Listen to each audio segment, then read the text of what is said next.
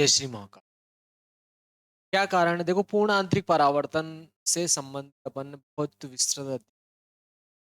इसके बाद में अपन देखते हैं कि पूर्ण आंतरिक परावर्तन के क्या-क्या उदाहरण है। एक-एक करके अपन स्पष्ट करते हैं। देखो, सर्वप्रथम आता है जल में रखी परख नली का चमकदार दिखाई देना। जल में जो परख नली रखते हैं, खाली परख नली या उसका खाली भाग जो होता है, जल में डूबा हुआ खाली भाग जो होता है, वो बहुत चमकदार दिखाई देता है। इसका कारण क्या है? इसको अपन जो है देखते हैं। देखिए, तो देखो, अपन ये एक बात तो फिक्स हो रही है अपने को कि अगर कोई प्रकाश किरण जो है किसी पृष्ठ से परावर्तित होकर नेत्र पर आपतित होती है, परावर्तित होकर नेत्र पर आपतित होती है, तो वह बहुत चमकीली दिखाई देती है।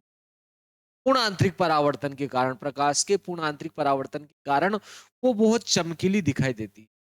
तो क्या होता है कि अगर अपन जल में कोई परख नली रखते हैं, खाली उसका जो है अगर कोई खाली भाग है, मान लिया जाए कि ये बाल्टी है या बीकर है जिसमें जल भरा हुआ है, और इसमें अपन ने क्या किया है, खाली परख नली रख दी। इस प्रकार से जल में जो है अपन ने क्या किया है, खाली परख नली ये अपन ने क्या किया है, खाली परख नली रख दी। इसमें क्या कुछ तो भरी हुई है और कुछ क्या है, खाली है। तो अपन क्या देखते हैं कि अगर यहाँ पर ये परख नली जो है खाली है, तो अपन जल में जब इसको रखते हैं, ये बहुत चमकीली दिखाई देती है। एक विशेष दिशा से अगर इसको देखते हैं, एक विशेष दिशा से या विशेष एंगल से इसको देखते हैं, तो ये अपने को चमकीली दिखाई देती है। जहां प्रकाश किरणें पूर्ण आंतरिक परावर्तित होकर आती है, उस स्थान पर ये अपने को क्या होती है, बहुत ही ज्यादा चमकीली दिखाई देती है। और रोशनी आंखें जो है सहन नहीं कर पाती, क्योंकि उनकी तीव्रता बहुत ज्यादा होती है। प्रकाश क्योंकि पूर्ण आंतरिक परावर्तित होकर आता है, तो उसका सारा भाग क्या होता है, परावर्तित हो जाता है। और प्रकाश आंखों में जो प्रवेश करता है, उसकी मात्रा बहुत ज्यादा होने के कारण उसे देखने में कठिनाई होती है, या वो बहुत ज्यादा क्या होता है, चमकदार प्रतीत होता है। तो देखो, अपन ने पूर्ण आंतरिक परावर्तन देखा था। पूर्ण आंतरिक परावर्तन में क्या होता है, प्रकाश किरण सघन माध्यम से विरल माध्यम में प्रवेश करनी चाहिए। तो देखो, यहाँ सघन माध्यम तो क्या हो जाएगा, आपके जल। सघन माध्यम यहाँ पर क्या है, आपके जल है। सघन माध्यम जल है। और विरल माध्यम देखो परख नली है, ये खाली है। तो इसमें क्या रहेगी, वायु रहेगी। वायु इसमें क्या रहेगी, भरी हुई रहेगी। तो जब इसमें वायु रहेगी, तो देखो प्रकाश किरण या सघन माध्यम से विरल माध्यम में अपवर्तित होगी। आपके प्रकाश किरण क्या होगा, सघन माध्यम से क्या होता है, विरल माध्यम में अपवर्तित होती है। तो क्या होता है कि जैसे ही देखो प्रकाश किरण या सघन माध्यम से विरल माध्यम में अपवर्तित होती है, तो क्या होता है, देखो मान लो ये प्रकाश किरण है, या आपके प्रकाश किरण है। इस प्रकार से क्या हो रही है, देखो आपतित हो रही है, ये प्रकाश किरण आई। ठीक है, जैसे ही प्रकाश किरण क्या होती है, जल में प्रवेश करी। यहां पर अगर अपन क्या करेंगे, देखो अभिलंब खींचेंगे, तो प्रकाश किरण क्या होगी, अभिलंब की ओर झुकेगी। और इसमें क्या होती है, प्रवेश करती है।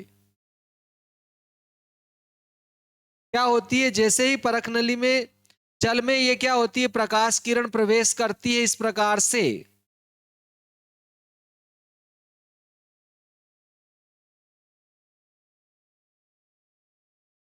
ये प्रकाश किरण क्या होता है, जल में प्रवेश कर रही है।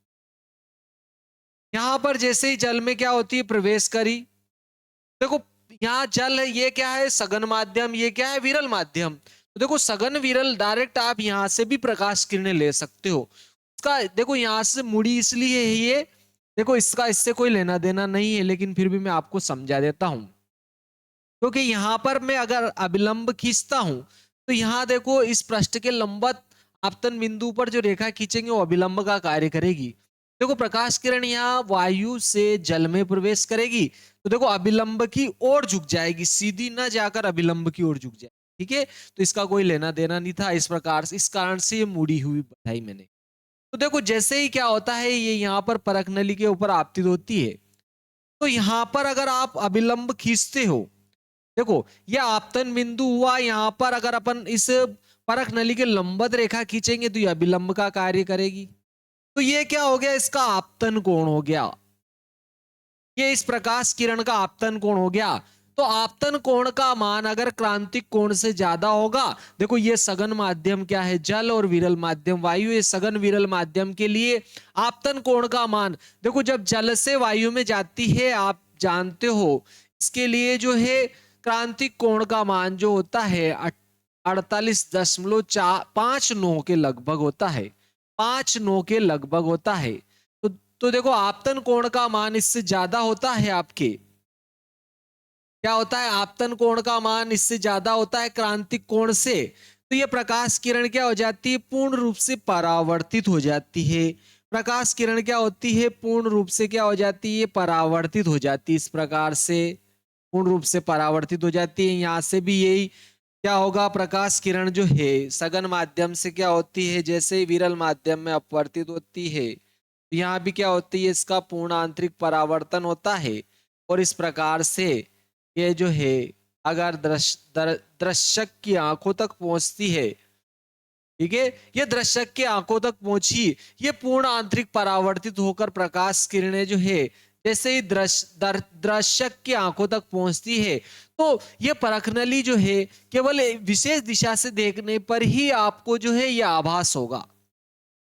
तो जैसे ही प्रकाश किरणें क्या होगी, टकराएगी, इनका पूर्ण आंतरिक परावर्तन होगा। और यहां से अगर देखूंगा मैं तो ये जो प्रकनली है, जो जल में डूबा हुआ भाग है और जो खाली है वो अपने को चमकदार दिखाई देता है। अगर आप इसको यहां से चमकदार देख रहे हो और अगर आप पानी से भर देते हो तो इस सारी चमक इसकी गायब हो जाती। क्यों? क्योंकि फिर माध्यम एक ही हो जाता है। यहां पर माध्यम एक ही हो जाएगा जल भरने से, तो फिर इसमें पूर्ण आंतरिक परावर्तन नहीं होगा। तो इस कारण अगर खाली रहेगी तो ये चमकदार दिखाई देगी, एक विशेष दिशा से अगर देखोगे आप, यहां से अगर देखोगे तो ही अपने को ये चमकीली दिखाई देती है। इसका कारण क्या है, आपके पूर्ण आंतरिक परावर्तन। तो ये परावर्तन जल में रखी परख नली का चमकदार दिखाई देना। तो अपन लिख देते हैं यहां पर, जब जब प्रकाश किरण जब प्रकाश किरण किसी पृष्ठ से पूर्ण पूर्ण आंतरिक परावर्तित होता है, परावर्तित होता है तथा परावर्तित परावर्तित प्रकाश को आंखों से देखा जाता है, आंखों से देखा जाता है देखा जाता है तो वह चमकदार दिखाई देता है, चमकदार दिखाई देता है, बहुत ही चमकीला दिखाई देता है, चमकदार दिखाई देता है। जब जब खाली परख नली जब खाली परख नली जब खाली परख नली जल में रखी जाती है तो जल में रखी जाती है तो परख नली का खाली भाग जो जल में डूबा है, तो परख परख नली का खाली भाग जो जल में डूबा है,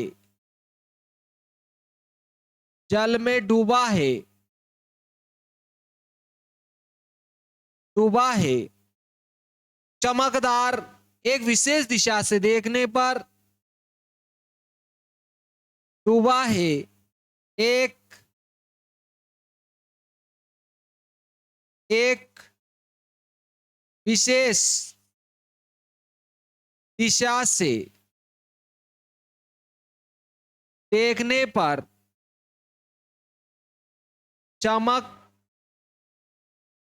चमकदार दिखाई देता है।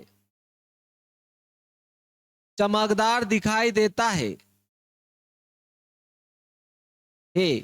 क्योंकि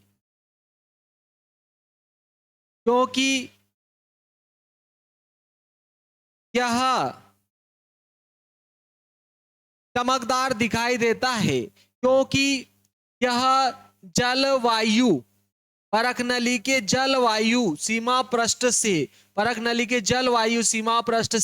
परावर्तित होकर आता है। क्योंकि यह परखनली के जलवायु सीमा पृष्ठ से परावर्तित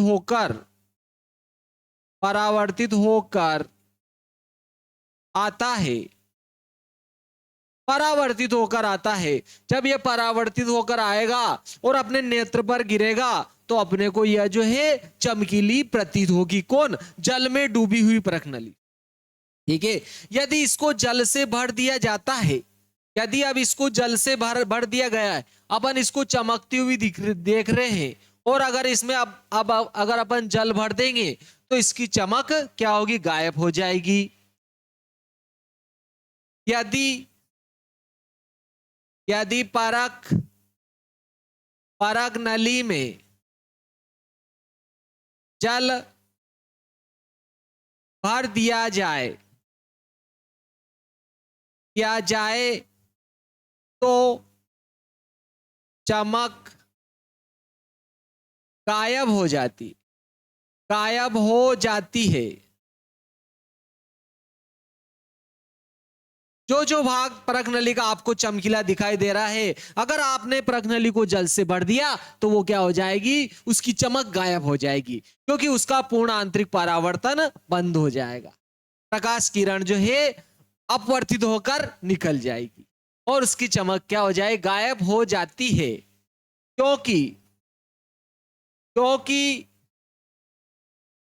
क्योंकि अब प्रकाश का अपवर्तन होगा, प्रकाश का अपवर्तन होगा, और अपवर्तित होकर प्रकाश किरण क्या हो जाएगी? बाहर निकल जाएगी। परावर्तन नहीं होगा। पूर्ण आंतरिक परावर्तन होता है तो चमकीला दिखाई देगा। अगर पूर्ण आंतरिक परावर्तन नहीं होगा तो चमक नहीं दिखाई देगी। पूर्ण आंतरिक परावर्तन के कारण ही चमक दिखाई देगी, यह आपको ध्यान रखना है। दोस्तों, आपको वीडियो को लाइक भी करना है, शेयर भी करना, सब्सक्राइब भी करना और बेल आइकन को जरूर दबाना, ताकि नए नए आने वाले लेटेस्ट वीडियो आप तक पहुंचता रहे। अपन इसका नेक्स्ट भाग देखते हैं।